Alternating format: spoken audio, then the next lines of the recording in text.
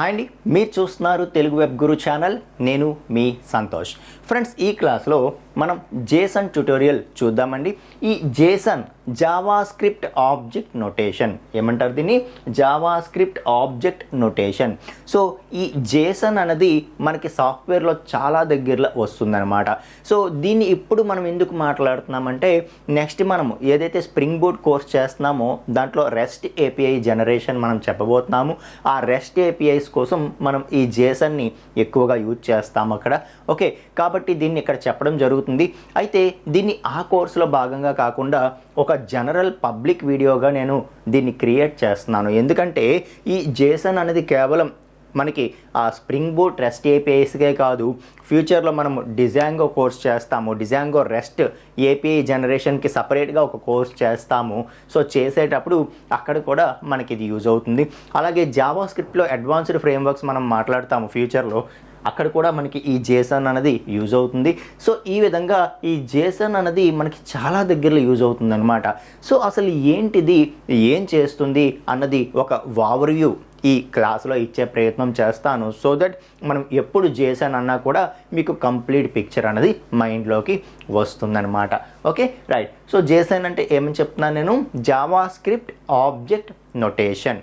Okay, right. So ఏం చేస్తుంది ఇది అని మనం తెలుసుకోవడానికి మనం ఒక రియల్ టైం సినారియో, ఒక ఎగ్జాంపుల్ మాట్లాడుతూ అప్పుడు మనం దీని తాలూకా నీడ్ మీకు చెప్తే చాలా క్లియర్గా అర్థమవుతుందన్నమాట.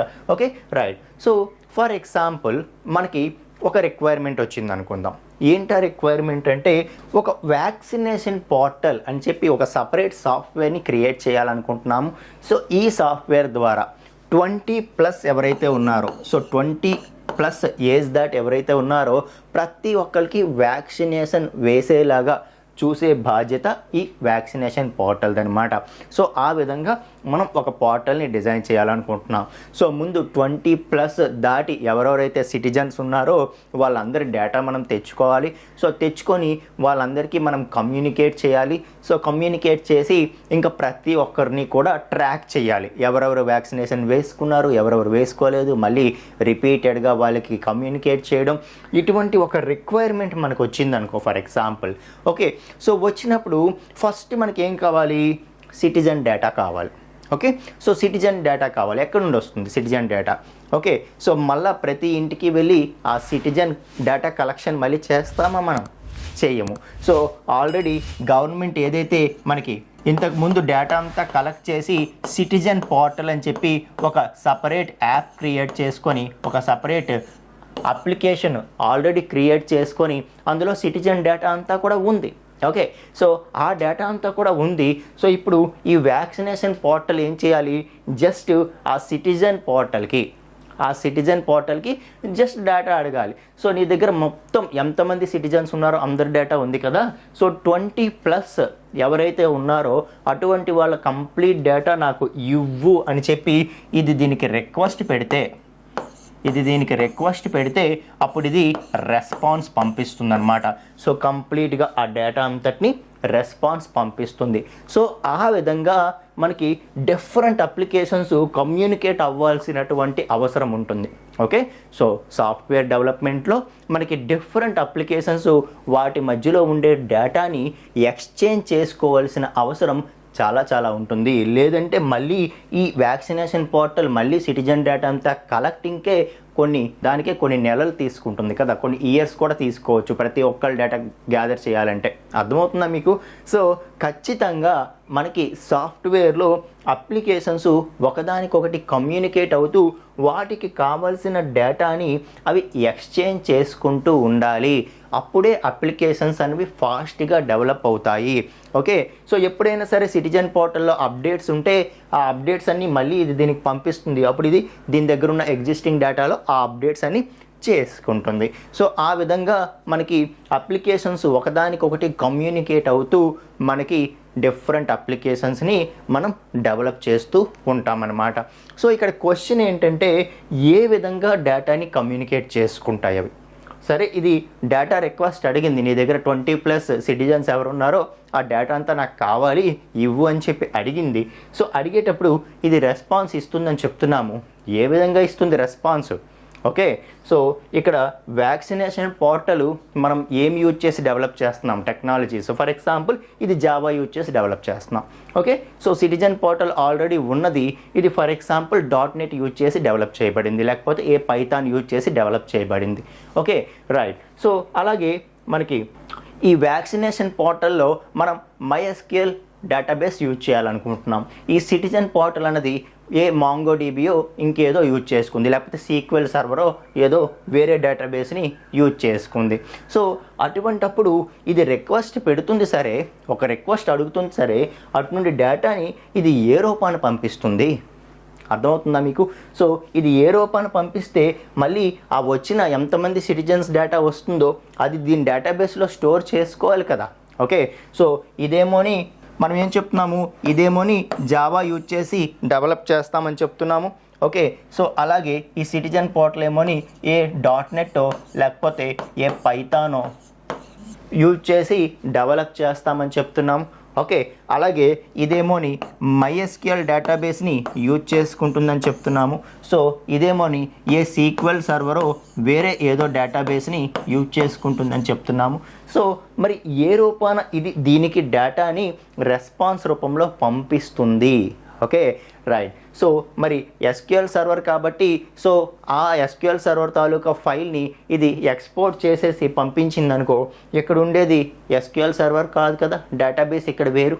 MySQL ఇక్కడ యూజ్ చేస్తున్నాం, మనం MySQL యూజ్ చేస్తున్నాం. సో ఆ డేటాబేస్ అలా తెచ్చి ఇక్కడ స్టోర్ చేయడానికి లేదు. ఓకే, సో అక్కడ యూజ్ చేసే టెక్నాలజీ వేరు, ఇక్కడ యూజ్ చేసే టెక్నాలజీ వేరు. సో ఇప్పుడు మనకి ఏం అవసరం అంటే ఇటువంటి డిఫరెంట్ ఎన్విరాన్మెంట్స్లో ఉండేటటువంటి డిఫరెంట్ అప్లికేషన్స్ ఒకదానికొకటి కమ్యూనికేట్ అవ్వాలంటే ఒక కామన్ మీడియం కావాలి.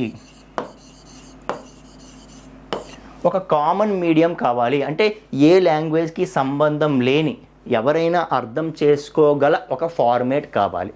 అర్థమవుతుందా మీకు?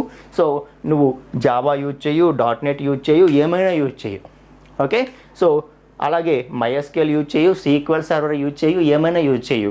సో ఈ రెండు కూడా అర్థం చేసుకోగలిగే ఒక కామన్ లాంగ్వేజ్, ఒక కామన్ మీడియం ఉందనుకో, ఒక కామన్ డేటా ఫార్మేట్ ఉందనుకో, అప్పుడు సో ఇది రిక్వెస్ట్ పెట్టిన వెంటనే అది ఏ ఫార్మేట్ అయితే ఈ రెండిటికి అర్థమవుతుందో ఆ ఫార్మేట్లో ఇది రెస్పాన్స్ని ఇవ్వగలిగితే అప్పుడు ఆ డేటా అంతా కూడా ఇది మళ్ళీ తిరిగి దీని అప్లికేషన్లో దీని డేటాబేస్లో స్టోర్ చేసుకొని తిరిగి ఇది రీయూజ్ చేసుకోగలదు. అర్థమవుతుందా? సో అటువంటి మీడియమ్స్ ఏమున్నాయి?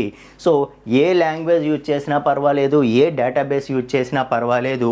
సో ఒక అప్లికేషన్ ఇంకొక అప్లికేషన్తో కమ్యూనికేట్ అవ్వాలంటే, కమ్యూనికేట్ అవ్వడం అంటే ఏంటి, వాటికి కావలసిన డేటాని ఎక్స్చేంజ్ చేసుకోవాలి అంటే ఆ రెండిటికి కూడా అర్థమయ్యేటటువంటి ఒక లాంగ్వేజ్ ఇండిపెండెంట్ మీడియం కావాలి.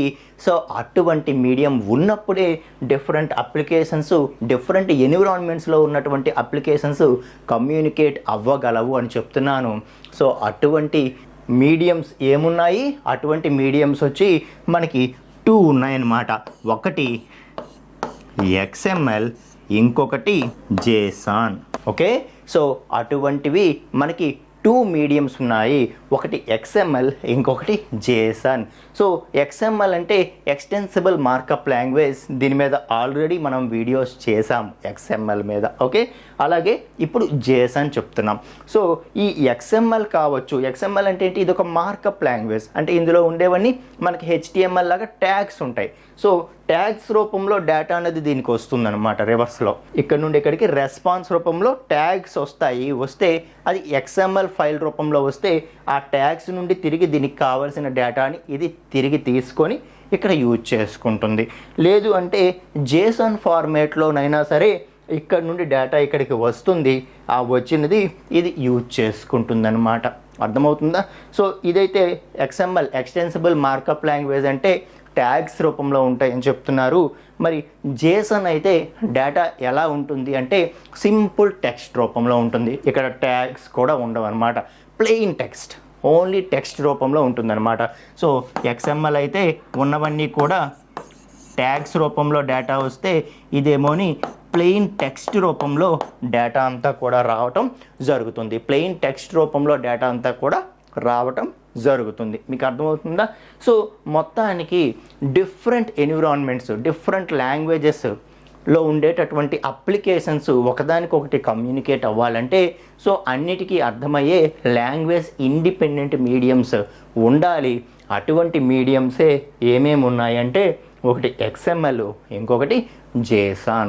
సో ఈ రెండిట్లో దేన్నైనా యూజ్ చేసుకొని అప్లికేషన్స్ ఒకదానికొకటి కమ్యూనికేట్ అవ్వగలవు.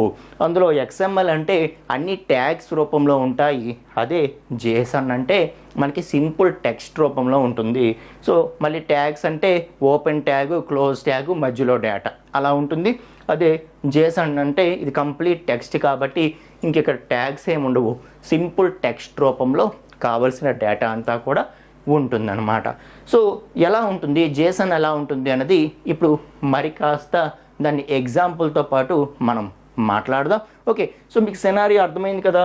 సో మనకి ఏవైతే డిఫరెంట్ ఎన్విరాన్మెంట్స్ ఆర్ డిఫరెంట్ లాంగ్వేజెస్లో డెవలప్ చేసిన అప్లికేషన్స్ ఒకదానికొకటి కమ్యూనికేట్ అవ్వాలంటే అన్నిటికీ కామన్గా ఉండే మీడియం వచ్చి మనకి కావాలి. అవే మనకి XML కానీ JSON కానీ. సో మనకి దీన్ని జావా స్క్రిప్ట్ ఆబ్జెక్ట్ నొటేషన్ అన్నారు కదా, అంటే ఇది జావా స్క్రిప్ట్కి మాత్రమే పనికి రావాలి కదా. సో జనరల్గా ఇది జావా స్క్రిప్ట్లో మనం ఆబ్జెక్ట్స్ క్రియేట్ చేస్తాం కదా. సో జావా స్క్రిప్ట్లో ఉండే ఆబ్జెక్ట్స్ని మనం JSON ఫార్మేట్లోకి మార్చుకోవడానికి, అలాగే JSON ఫార్మేట్లో ఉండే వాటిని తిరిగి జావా స్క్రిప్ట్ ఆబ్జెక్ట్స్లోకి మార్చుకోవడానికి మొదట్లో దీన్ని ఇంట్రడ్యూస్ చేయడం జరిగింది. అయితే ఇది ప్లెయిన్ టెక్స్ట్ ఫార్మేట్ కావడం వల్ల ఇది ఏ లాంగ్వేజ్ అయినా అర్థం చేసుకోగలదు, ఒక కామన్ మీడియం కాబట్టి. సో దీని యొక్క ఆ సింప్లిసిటీ వల్ల ఏమైందంటే ఈ JSON అన్నది కేవలం జావా స్క్రిప్ట్కి మాత్రమే పరిమితం అవ్వకుండా సో ఏ లాంగ్వేజ్ అయినా సరే JSON యూజ్ చేసుకోగలదు. సో ఎందుకంటే ఇది లాంగ్వేజ్ ఇండిపెండెంట్ కాబట్టి, ఎందుకంటే ఇందులో ఉండేది సింపుల్గా టెక్స్ట్ మాత్రమే. సో సింపుల్ టెక్స్ట్ కాబట్టి ఏ లాంగ్వేజ్ అయినా దాన్ని అర్థం చేసుకోగలదు కదా. అందులో స్పెషల్ ఫార్మేట్స్ ఏమీ ఉండవు కాబట్టి సింపుల్ టెక్స్ట్ రూపంలో ఉంటుంది కాబట్టి సో ఏ లాంగ్వేజ్ అయినా దీన్ని అండర్స్టాండ్ చేసుకోగలదు కాబట్టి ఇది కేవలం జావా స్క్రిప్ట్కి మాత్రమే పరిమితం అవ్వకుండా ఏ లాంగ్వేజ్ అయినా JSONని యూజ్ చేసుకోగలదు అని చెప్తున్నాను అనమాట. ఓకే, సో చాలా అప్లికేషన్స్ వాటి మధ్యలో డేటా షేర్ చేసుకోవాల్సిన అవసరం ఉంటుందండి. ఓకే, సో ఇది ఒక్కటనే కాదు, మనకి చాలా అప్లికేషన్స్ ఉంటాయి ఆ విధంగా. ఇప్పుడు ఫర్ ఎగ్జాంపుల్ గూగుల్ తీసుకున్నాం అనుకోండి. ఓకే, సో మనం ఒక్కసారి గూగుల్ అకౌంట్ క్రియేట్ చేసుకుంటాం. అదే గూగుల్ అకౌంట్తోని మనం జీమెయిల్ యూజ్ చేస్తాము, గూగుల్ డ్రైవ్ యూజ్ చేస్తాము, గూగుల్ ఫొటోస్ యూజ్ చేస్తాము, గూగుల్ టేక్అవుట్ యూజ్ చేస్తాము. సో గూగుల్లో డిఫరెంట్ ప్రోడక్ట్స్ ఏవైతే ఉన్నాయో అన్నిటినీ యూజ్ చేస్తాము సింగిల్ లాగిన్తోనే. సో మన డేటా ఆ డిఫరెంట్ అప్లికేషన్స్కి ఏ విధంగా రీచ్ అవుతుంది అంటే వాటి మధ్యలో డేటా అనేది ఎక్స్చేంజ్ అవుతుందన్నమాట. మీకు అర్థమవుతుందా? సో అలాగే అనమాట. ఇప్పుడు చూడండి, ఫర్ ఎగ్జాంపుల్ డిఫరెంట్ బ్యాంక్స్ ఉంటాయి. మనం బ్యాంక్లో మనం అకౌంట్ ఓపెన్ చేయడానికి వెళ్ళగానే మనకి ఆధార్ అడుగుతారు. ఆధార్ నెంబర్ ఎంటర్ చేయగానే వాళ్ళకి డీటెయిల్స్ అన్నీ వచ్చేస్తాయి. ఎక్కడున్నాయి డీటెయిల్స్? బ్యాంకింగ్ అప్లికేషన్లో ఉన్నాయా? లేవు, ఆధార్ పోర్టల్లో ఉన్నాయి. సో ఈ బ్యాంకింగ్ అప్లికేషన్ ఏం చేస్తుందంటే ఆధార్ నెంబర్ ఎంటర్ చేసి ఒక రిక్వెస్ట్ పెడుతుందన్నమాట. ఎవరికి? ఆధార్ పోర్టల్కి.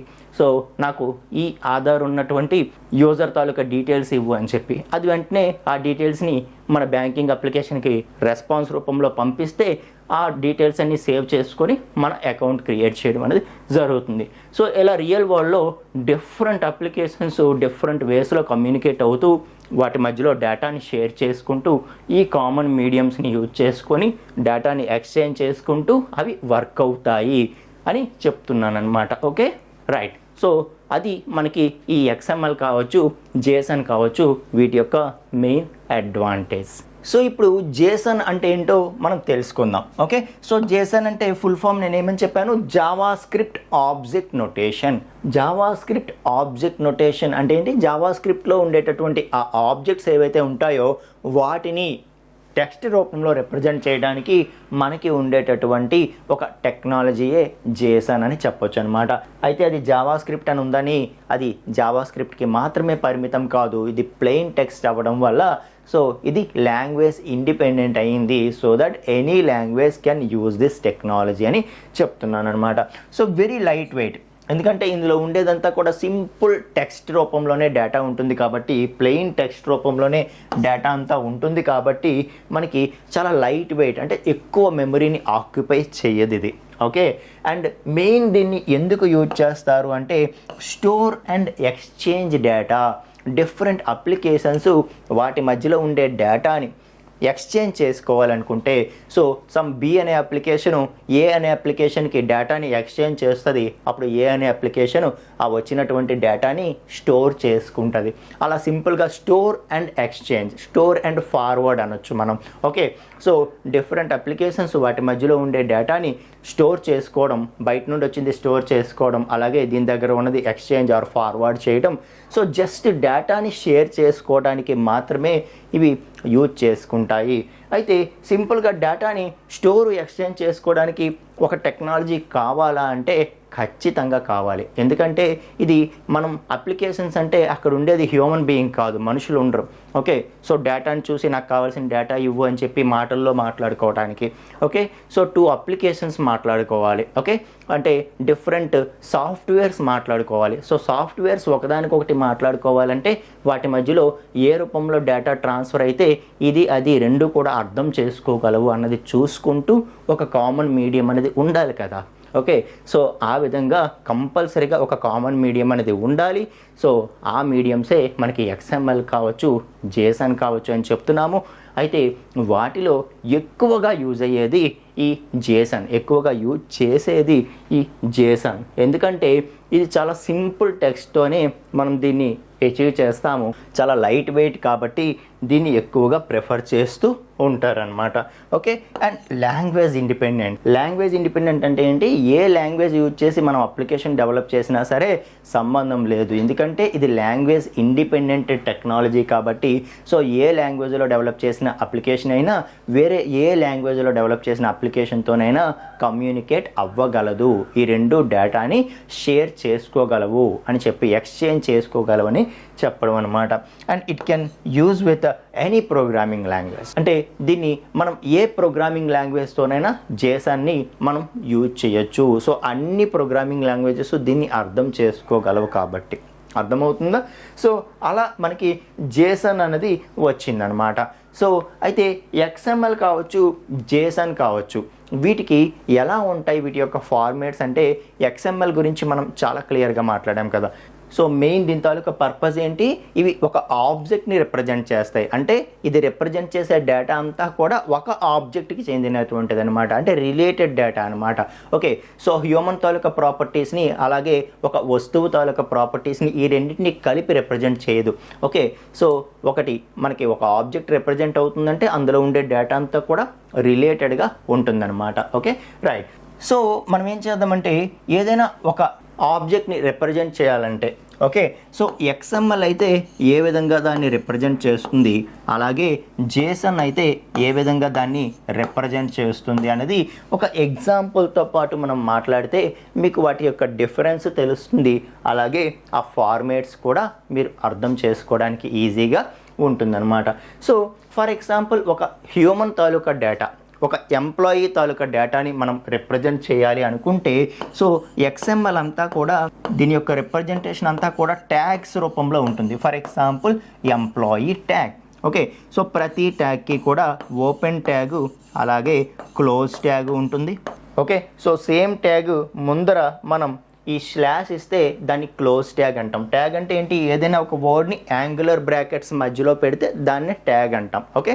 సో మార్కప్ లాంగ్వేజ్ కదా ఎక్స్ఎంఎల్ అన్నది. ఎక్స్ఎంఎల్ అంటే ఏంటి? Extensible markup language. So markup language అంటేనే వాటిలో ఉండేవన్నీ కూడా ట్యాగ్స్ ఉంటాయి అన్నమాట. ఓకే. హెచ్టిఎంఎల్ కావచ్చు, ఎక్స్ఎంఎల్ కావచ్చు, ఎస్జిఎంఎల్ కావచ్చు, డబ్ల్యూఎంఎల్ కావచ్చు, ఇలా చాలా మార్కప్ లాంగ్వేజెస్ ఉన్నాయి. ఓకే. రైట్. సో ఈ మార్కప్ లాంగ్వేజెస్ ఏదైనా తీసుకోండి, వాటిలో ఉండేవేంటి? ట్యాగ్స్ ఉంటాయి. ట్యాగ్స్ మాత్రమే ఉంటాయి. ఓకే. రైట్. సో కాబట్టి ఎక్స్ఎంఎల్ అనేది ఏం చేస్తుందంటే దాని యొక్క డేటా రిప్రజెంటేషన్కి ప్రతి దానికి కూడా ట్యాగ్స్ యూజ్ చేసుకుంటుంది. సో ప్రతి ట్యాగ్కి కూడా ఓపెన్ ట్యాగ్ ఉంటుంది, క్లోజ్ ట్యాగ్ ఉంటుంది. సో ఎంప్లాయీ, ఆ తర్వాత for example employee ID represent చేయాలంటే ఐడి అనే tag. For example ID is 1. అలాగే ఎంప్లాయీ తాలూకా నేమ్ రిప్రజెంట్ చేయాలంటే నేమ్ అనే ట్యాగ్. సో ట్యాగ్స్ మధ్యలో డేటా అనేది స్టోర్ చేస్తుంది. సో నేమ్ అనే ట్యాగ్. ఓకే. సో నేమ్ అనే ట్యాగ్లో for example Santosh. Department, for example IT, okay, అలాగే డిజిగ్నేషన్ మేనేజర్. సో చూస్తున్నారా, ఇలా ఉంటుందన్నమాట. ఒక XML ఫైల్ అనేది దాని యొక్క స్ట్రక్చర్ ఈ విధంగా ఉంటుంది. ఓకే, సో ఇవి కూడా సింపుల్ ట్యాగ్సే కదా. Okay, so open tag, close tag మధ్యలో ఉండేదంతా కూడా ఒక ఆబ్జెక్ట్ అనమాట. ఒక ఎంప్లాయీకి చెందినటువంటి డేటా, ఒక్క ఎంప్లాయీకి సంబంధించిన ఐడి, అతని యొక్క నేము, అతని యొక్క డిపార్ట్మెంటు, డిజిగ్నేషన్, అలాగా ఒక ఆబ్జెక్ట్ని రిప్రజెంట్ చేస్తాయి అనమాట. సో ఇందులో ఉండే డేటా అంతా కూడా ఒక్క ఆబ్జెక్ట్కి చెందినటువంటిది. ఓకే, సో ఇటువంటిది ఇంకొక ఎంప్లాయీ రిప్రజెంట్ చేయాలంటే సేమ్ ఇలాంటి సెట్ ఇంకొకటి రాసుకొని అందులో ఇంకొక ఎంప్లాయీ తాలూకా డీటెయిల్స్ మెయింటైన్ చేసుకుంటాం. అలా ఈచ్ ట్యాగ్ అనేది ఏం చేస్తుందంటే ఒక్కొక్క ఆబ్జెక్ట్ని రిప్రజెంట్ చేస్తుంది. అందులో మళ్ళీ సబ్ ట్యాగ్స్ ఉంటాయి. ఓకే, ఆ సబ్ ట్యాగ్స్ మధ్యలో డేటా అనేది ఉంటుందన్నమాట. ఓకే, సో ఈ ట్యాగ్స్ని మనం చూసి లోపల డేటా చూడకుండా ట్యాగ్స్ని మనం చూసి లోపల ఏముందో చెప్పొచ్చు అనమాట. ఇప్పుడు ఫర్ ఎగ్జాంపుల్ ఎంప్లాయీ అన్న ట్యాగ్ చూసి మనకి ఏమర్థమవుతుంది, లోపల ఉండే డేటా అంతా కూడా ఒక ఎంప్లాయీకి చెందినటువంటిది ఉండొచ్చు అని చెప్పి మనకు అర్థమవుతుంది. ఐడిని చూడగానే ఎస్ లోపల ఒక ఎంప్లాయీ తాలూకా ఐడి ఉండొచ్చు, నేమ్ని చూడగానే ఒక ఎంప్లాయీ తాలూకా నేమ్ ఉండొచ్చు, అలా అర్థమవుతుంది కదా. సో ట్యాగ్ని చూసి ఆ లోపల డేటా మనం చూడకుండానే జస్ట్ ట్యాగ్ని చూసే మనం ఏముందో చెప్పగలుగుతున్నాం కదా. సో అటువంటి లాంగ్వేజెస్ని ఏమంటారు తెలుసా? సెల్ఫ్ డిస్క్రిప్టివ్ లాంగ్వేజెస్ అంటారు. అటువంటి లాంగ్వేజెస్ని ఏమంటారు? సెల్ఫ్ డిస్క్రిప్టివ్ లాంగ్వేజెస్ అంటారు. సో జేసన్ కూడా అలాంటిదే అనమాట, సెల్ఫ్ డిస్క్రిప్టివ్ లాంగ్వేజే ఇది కూడా. ఓకే, సో ఈ సెల్ఫ్ డిస్క్రిప్టివ్ లాంగ్వేజెస్ మనకి ఎందుకు యూజ్ అవుతాయి? డిఫరెంట్ ప్లాట్ఫామ్స్ వాటి మధ్యలో డేటాని ఎక్స్చేంజ్ చేసుకోవాలనుకుంటే ఇవి యూజ్ అవుతాయి. అయితే దీన్ని మనం తీసుకున్నాం అనుకోండి, ఇది ఏ లాంగ్వేజ్ అయినా దీన్ని అండర్స్టాండ్ చేసుకోగలదు కదా. సింపుల్గా ట్యాగ్స్ని చూడొచ్చు, ఆ ట్యాగ్స్ మధ్యలో ఉండే డేటాని అండర్స్టాండ్ చేసుకోవచ్చు. సో సింపుల్ ట్యాగ్సే అవ్వడం వల్ల మనకి XML అనేది ఏ ప్రోగ్రామింగ్ లాంగ్వేజ్ అయినా XMLని యూజ్ చేసుకోగలదు. కాబట్టి ఇది ఒక కామన్ మీడియంగా మనకి యూజ్ అవుతుందన్నమాట. సో ఈ సెల్ఫ్ డిస్క్రిప్టివ్ లాంగ్వేజ్ ఏదైతే ఉందో XML అనేది ఇది ఒక కామన్ మీడియంగా యూజ్ అవుతుంది. సో డిఫరెంట్ అప్లికేషన్స్ వాటి మధ్యలో డేటాని కమ్యూనికేట్ చేయాలంటే ఫర్ ఎగ్జాంపుల్ సిటిజన్ పోర్టల్, దానిలో ఉండే ఆ డేటాబేస్ డేటా అంతా కూడా XML రూపంలోకి మార్చేసి, XML ట్యాగ్స్ రూపంలోకి మార్చేసి మన వ్యాక్సినేషన్ పోర్టల్కి పంపిస్తుంది. తిరిగి ఈ వ్యాక్సినేషన్ పోర్టల్ ఏం చేస్తుందంటే ఆ XML ట్యాగ్స్ మధ్యలో ఉండే డేటాని తీసుకొని మళ్ళీ తిరిగి దీని యొక్క డేటాబేస్లో స్టోర్ చేసుకొని దాన్ని యూజ్ చేసుకోవడం అనేది జరుగుతుందన్నమాట. ఓకే, అలా మనకి ఇది యూజ్ అవుతుంది. సో అయితే XML అనేది ఈ విధంగా ఉంటుంది. అదే మరి JSON అనేది ఏ విధంగా ఉంటుంది? సో మనం XML ఫార్మేట్ ఏంటో చూసాం కాబట్టి ఇప్పుడు JSON ఏ విధంగా ఉంటుందో చూద్దాం. ఓకే, సో ఇంతకు ముందు ఒక ఎంప్లాయీ ఒక ఆబ్జెక్ట్ తాలూకా డేటాను రిప్రజెంట్ చేయడానికి XML ఒక ట్యాగ్ని యూజ్ చేసుకుంది కదా. దానికి బదులుగా JSON ఏం చేస్తుందంటే ఒక curly braces, open and close curly బ్రేసెస్ని యూజ్ చేసుకుంటుందన్నమాట. So open and close curly braces అనేవి దేన్ని రిప్రజెంట్ చేస్తాయి? ఒక ఆబ్జెక్ట్ని రిప్రజెంట్ చేస్తాయి. ఇంతకుముందు employee tag open, employee tag close అని ఏదైతే రాసామో దానికి బదులుగా ఇది curly braces, open and close curly బ్రేసెస్ని ఒక ఆబ్జెక్ట్ని రిప్రజెంట్ చేయడానికి యూజ్ చేస్తుందన్నమాట. సో దీంట్ లోపల ఏముంటాయి తెలుసా? దీంట్ లోపల మెంబర్స్ ఉంటాయి. ఇంతకుముందు ఎంప్లాయీ ట్యాగ్లో మనం సబ్ ట్యాగ్స్ రాసాం, ఐడి అని, అలాగే డిజిగ్నేషన్, డిపార్ట్మెంట్, నేమ్, అవి వాటిని ఏమంటారంటే మెంబర్స్ అంటారు. సబ్ ట్యాగ్స్ ఆర్ మెంబర్స్ అంటారు. సో అటువంటి మెంబర్స్ని, ఒక ఆబ్జెక్ట్లో ఉండే మెంబర్స్ని మరి JSON ఏ విధంగా రిప్రజెంట్ చేస్తుంది అంటే, సో ఇదేం చేస్తుంది? ఆబ్జెక్ట్ని రిప్రజెంట్ చేయడానికి కర్లీ బ్రేసెస్ని యూజ్ చేస్తుంది. ఆ తర్వాత ఒక ఆబ్జెక్ట్లో ఉండే మెంబర్స్ని రిప్రజెంట్ చేయడానికి ఇదేం చేస్తుందంటే నేమ్ వాల్యూ పెయిర్స్ని యూజ్ చేసుకుంటుంది అనమాట. ఇదేం చేస్తుంది? నేమ్ వాల్యూ పెయిర్స్ని యూజ్ చేసుకుంటుంది. సో లోపల మెంబర్స్ని రిప్రజెంట్ చేయాలంటే నేమ్ వాల్యూ పెయిర్స్, ఆ నేమ్ వాల్యూ పెయిర్స్ ఏ విధంగా ఉంటాయంటే, సో లెఫ్ట్ సైడు మనం నేమ్ ఇస్తాము, ఫర్ ఎగ్జాంపుల్ ఐడి అని చెప్పి, సో డబల్ కోట్స్లో నేమ్ ఇచ్చి ఒక కాలన్ సింబల్ ఇస్తామన్నమాట. ఏమిస్తాము? ఒక కాలన్ సింబల్ అనేది యూజ్ చేస్తాము. యూజ్ చేసి వాల్యూ ఏంటో ఇస్తాం. ఇచ్చిన తర్వాత ఒక కామా పెట్టి మళ్ళీ name value pairs. Okay, so మళ్ళీ నేమ్ వాల్యూ పెయిర్స్, ఈసారి ఎంప్లాయీ నేమ్ని రిప్రజెంట్ చేయాలి. అగైన్ కాలన్ దాని తాలూకా వాల్యూ. ఓకే, అలాగే మళ్ళీ ఈసారి ఎంప్లాయీ ప్రెజెంట్ వర్కింగా కాదా చెప్పాలి, ఎస్ ఆర్ నో చెప్పాలి. So working. Is that employee still working or not, true or false, like okay yes or no. Okay, so అలా చెప్పాలి. సో దానికోసం దానికి సంబంధించినటువంటి వాల్యూ. సో ఈ విధంగా ఏంటంటే నేమ్ వాల్యూ పేర్స్ని యూజ్ చేసుకుంటుంది. For example ID 1. ఓకే, అలాగే నేమ్ వచ్చి సంతోష్. అలాగే వర్కింగ్ అవునా కాదా అంటే yes he is still working, true. Okay, so ఇలాగా నేమ్ వాల్యూ. ఇంతకుముందు మనం ఐడికి ఒక ట్యాగ్ రాసుకున్నాము, అలాగే నేమ్కి ఒక ట్యాగ్ రాసుకున్నాము, అలాగే వర్కింగ్గా కాదా లేకపోతే డిపార్ట్మెంట్కి డిజిగ్నేషన్కి ట్యాగ్ రాసుకున్నాము. ఆ ట్యాగ్ మధ్యలో డేటా అనేది రాసాం. ఇక్కడ ఏంటంటే నేమ్ వాల్యూ పేర్స్లో మనం డేటా అనేది రాసుకుంటాం అనమాట. సో విత్ ఇన్ డబల్ కోట్స్లో అయితే ఇటుపక్క ఇచ్చేవన్నీ కూడా కాలన్కి ఇటుపక్క ఇచ్చేవన్నీ కూడా వీటిని ఏమంటారు, కాలన్కి ఇటుపక్క ఇచ్చేవన్నీ కూడా నేమ్ అంటారు వీటిని. ఇవన్నీ కూడా నేమ్స్ అనమాట. సో అలాగే కాలన్కి రైట్ సైడ్ ఉండేవన్నీ కూడా ఏంటి, వాల్యూస్. సో వీటన్నిటిని ఏమంటారు, వాల్యూస్ అంటారు అనమాట. So name colon value name colon value ఇలాగా నేమ్ వాల్యూ పేర్స్లో మనము లోపల మెంబర్స్ని, ఒక ఆబ్జెక్ట్ తాలూకా మెంబర్స్ని రిప్రజెంట్ చేస్తాం.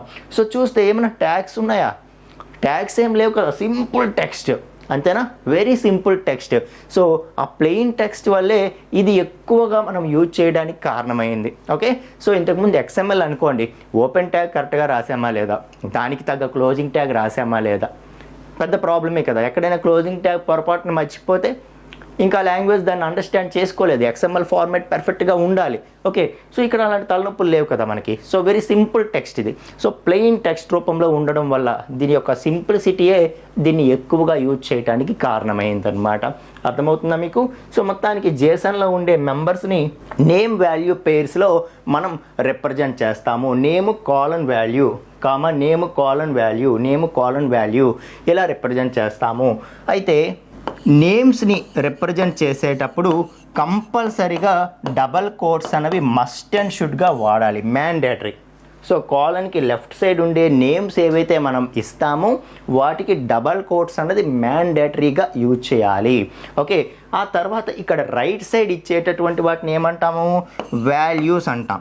ఓకే, సో ఆ వాల్యూస్లో కేవలం స్ట్రింగ్స్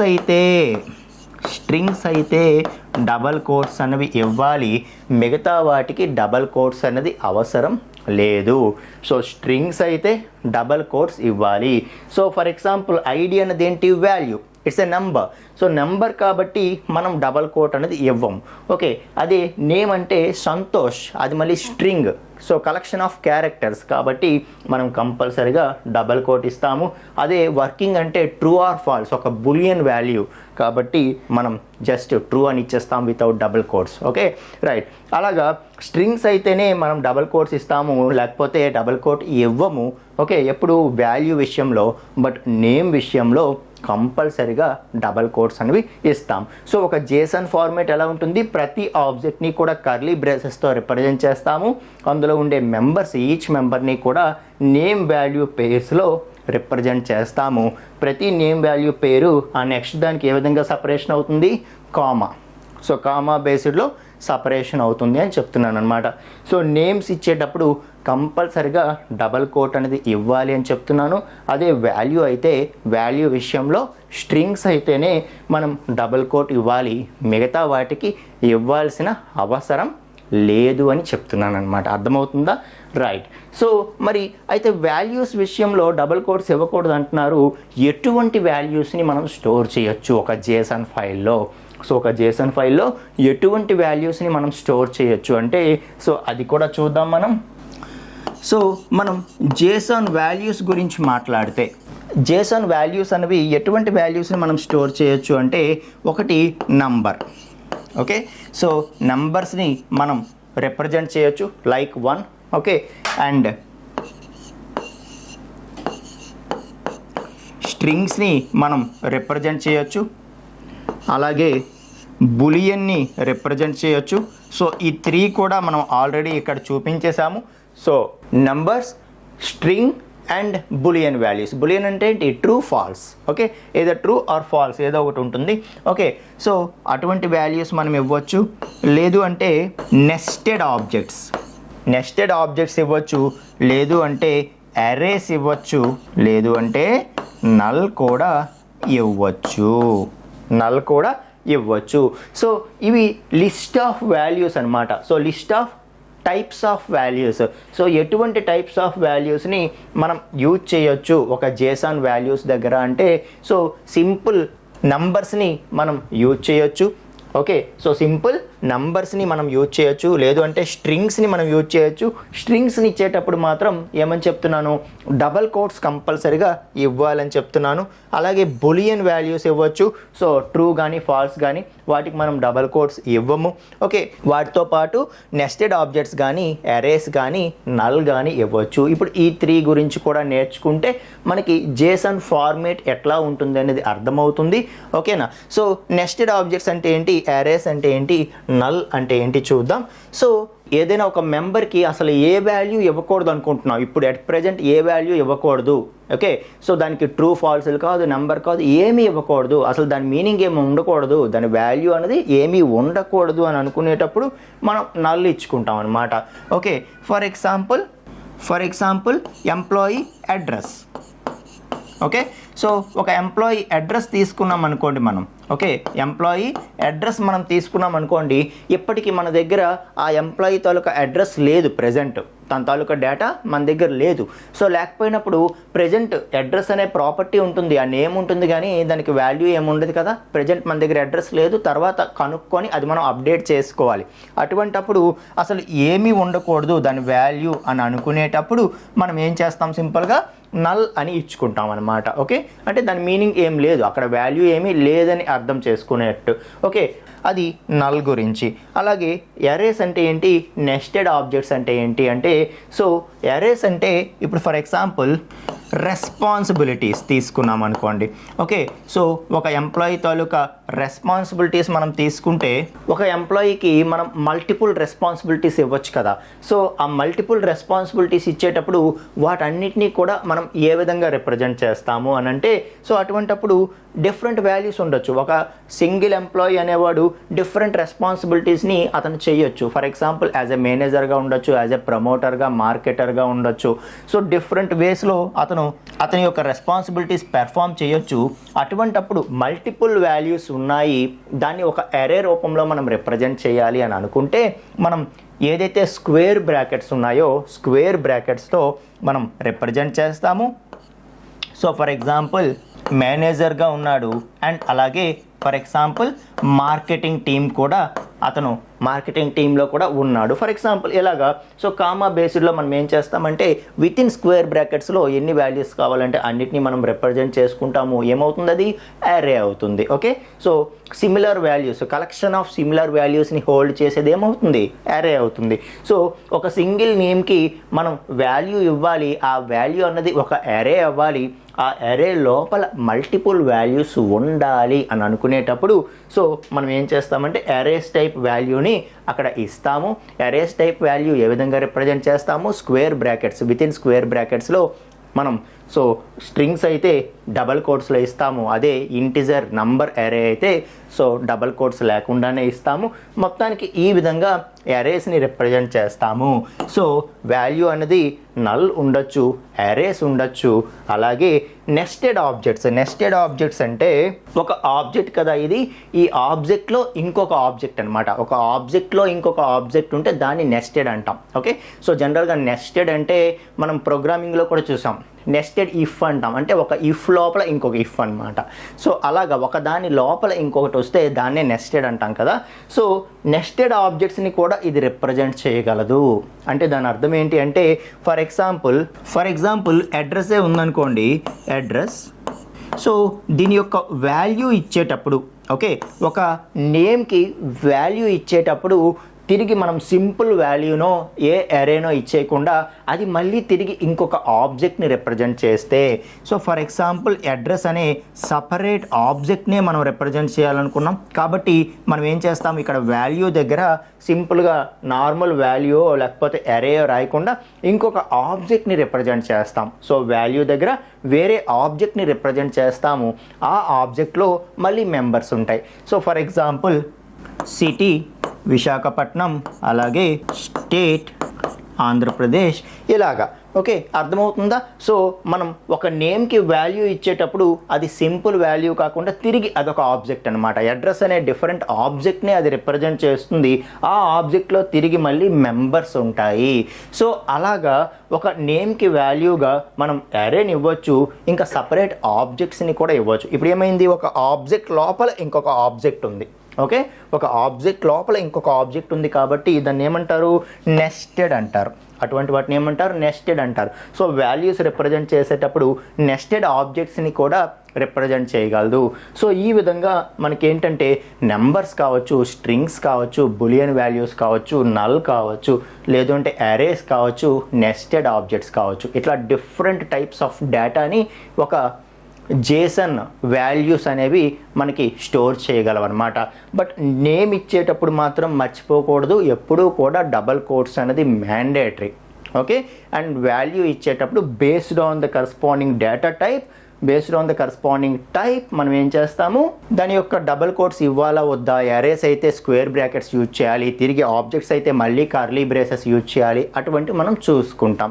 సో ఏదైనా సరే సింపుల్ ప్లెయిన్ టెక్స్ట్ రూపంలో ఉండటం వల్ల XML కంటే దీన్ని ఎక్కువగా యూజ్ చేయడం అనేది జరుగుతుంది.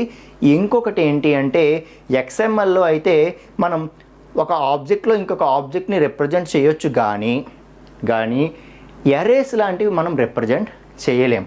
ఓకే, ఒక ట్యాగ్ లోపల మల్టిపుల్ వాల్యూస్ని మనం స్టోర్ చేయలేము, ఒక సింగిల్ ట్యాగ్ లోపల మల్టిపుల్ వాల్యూస్ని మనం స్టోర్ చేయలేము XML అయితే. అదే మనం ఇక్కడైతే అరేస్ని కూడా రిప్రజెంట్ చేయవచ్చు JSON అయితే. ఇది ఒక అడ్వాంటేజ్ అనమాట JSONకి XMLకి, అర్థమవుతుందా? సో మనం అడ్రస్ అనే ట్యాగ్ రాసుకొని ఆ అడ్రస్ అనే ట్యాగ్ లోపల మళ్ళీ సబ్ ట్యాగ్స్ రాసుకుంటూ మనం ఒక ఆబ్జెక్ట్ లోపల ఇంకొక ఆబ్జెక్ట్ని రిప్రజెంట్ చేయొచ్చు XMLలో. బట్ అరేస్ని మాత్రం ఒక XMLలో ఒక ట్యాగ్ అండర్లో మల్టిపుల్ వాల్యూస్ని మనం ఇవ్వలేం. ఐడి ట్యాగ్ మధ్యలో ఒక ఐడియే రాయగలం, మల్టిపుల్ ఐడీస్ రాయలేం కదా. నేమ్ ట్యాగ్ అండర్లో ఒక నేమ్ని మాత్రమే రాయగలం, మల్టిపుల్ నేమ్స్ని రాయలేం కదా. సో అదే ఒక నేమ్ అండర్లో మల్టిపుల్ వాల్యూస్ని మనం ఇవ్వచ్చు ఇన్ కేస్ ఆఫ్ JSON. అర్థమవుతుందా? సో ఏంటి దీని full form, JavaScript object notation. ఎందుకు యూజ్ అవుతుంది ఇది? So store and exchange data, different ఎన్విరాన్మెంట్స్లో డిఫరెంట్ లాంగ్వేజెస్లో ఉండేటటువంటి అప్లికేషన్స్ వాటి మధ్యలో డేటాని స్టోర్ చేసుకొని ఎక్స్చేంజ్ చేసుకోవాలి అని అనుకుంటే మనకి JSON కావచ్చు, XML కావచ్చు, ఇవి కామన్ మీడియమ్స్. ఈ రెండు కూడా సెల్ఫ్ డిస్క్రిప్టివ్, ఈ రెండు కూడా ఎవరికైనా ఏ లాంగ్వేజ్కైనా అర్థమవుతాయి, లాంగ్వేజ్ ఇండిపెండెంట్ ఇవి. కాబట్టి XML కానీ JSON కానీ యూజ్ చేస్తూ ఉంటారని చెప్తున్నాను అనమాట. సో ఇదే JSONని మనం ఏ లాంగ్వేజ్ యూజ్ చేసి REST APIs జనరేట్ చేయాలన్నా మనం అక్కడ దీన్ని యూజ్ చేస్తాము, నేర్చుకుంటాము. అలాగే మనం ఏదైతే జావా స్క్రిప్ట్ అడ్వాన్స్డ్ ఫ్రేమ్వర్క్స్లో కూడా మనకి కాన్సెప్ట్ అనేది రావడం జరుగుతుంది. కాబట్టి ఒక జనరలైజ్డ్ టాపిక్గా మనం దీన్ని మాట్లాడడం జరుగుతుంది. సో నెక్స్ట్ మనం REST APIs కూడా మనం మాట్లాడేటప్పుడు అక్కడ ఇది ఎలాగ రియల్ టైమ్ సినారియోలో యూజ్ అవుతుందో మీకు జస్ట్ ఇప్పుడు ఓవర్వ్యూ ఇచ్చాను, కానీ అప్పుడు ప్రాక్టికల్గా కూడా నేను చేసి చూపించడం అనేది జరుగుతుందన్నమాట. సో ఇది ఫ్రెండ్స్ మనకి JSON గురించి. ఓకే, సో ఇంకా ఏమైనా మనం దీన్ని ప్రాక్టికల్ యూజెస్ చూడాలంటే ఆ పర్టికులర్ ఎన్విరాన్మెంట్స్లో ఖచ్చితంగా డీప్గా మనం ఫ్యూచర్లో మాట్లాడదాం ఫ్రెండ్స్. Thank you.